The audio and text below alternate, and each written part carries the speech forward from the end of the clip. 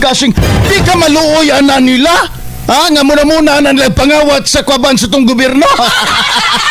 Di ba yalalim? Di ba yalalim ni mangawat Radyo Manjuel na usab ba gisayunan ka ng mangawkaw kanang kaban sa atong gobyerno. Ang buhis sa atong katawan na sayunan ka na nyay musulutag silot ka matayon.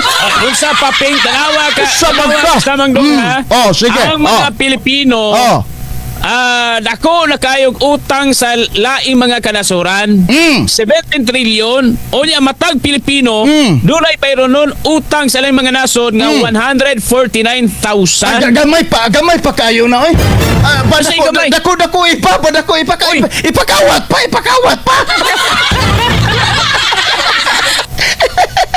Oh, ako. Or doon na pa isa ka style sa death penalty ka sa Mangdong. Saban, grabe naman ka, Jo. Ana na yung kakatigas. Nakini kay klase nga death penalty.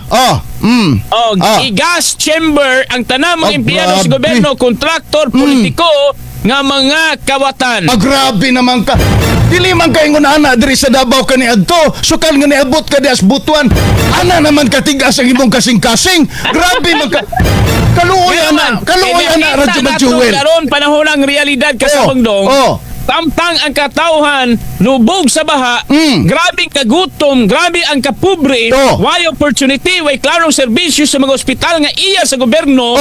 Pero ang mga politiko, kontraktor, ang mga opisyalis sa gobyerno, labi na sa DPWH, nag-enjoy sa kwarta nga ilang kinawat ka sa Mangdong. Ayaw.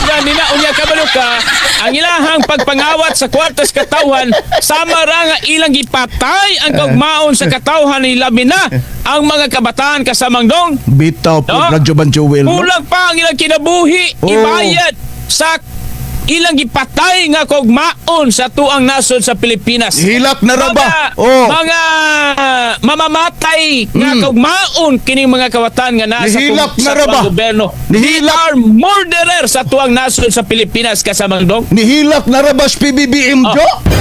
Kagahapon nihilak na sa PBBM kay naluoy daw sa bagat. Yun sa pagilak ni Pangulong Marcos. Tiri ay daw siya Radyo Manjuel. Unya niingon daw siya. Niingon siya Radyo Manjuel nga wa daw siya magmahay nga nahimo siyang presidente. Pero naminaw ko sa iya nalimbaot akong balahibo. Pag-ingon niya nga wa daw siya mamaha. Wa daw siya tanaw sincero itong hilak ni presidente. Mao gani Radyo Manjuel kay pagkadungog nako nga wa daw siya kuno magmahay nga nahimo siyang presidente. Unya kanang naglugmaw ang mga luha sa ihaga kanan ang mga mata kay naluoy sa katawhan Pilipinhon kay gikawatan og daghan kay mga politikong buhaya. Nalibot ako balahibo. Hilak sa kasamangdong kay ngano. Kabalo ko nga mo hilak sa presidente. Kay nahitabo man ng grabe nga korupsyon kaya nga pagpangawat sa iya mga panahon. Mao gani Radyo Manjuel, mao gani nga nakaingon ko nga ug wa ka Mr. President magmahay nga nahimo kang presidente. Ako nagmahay.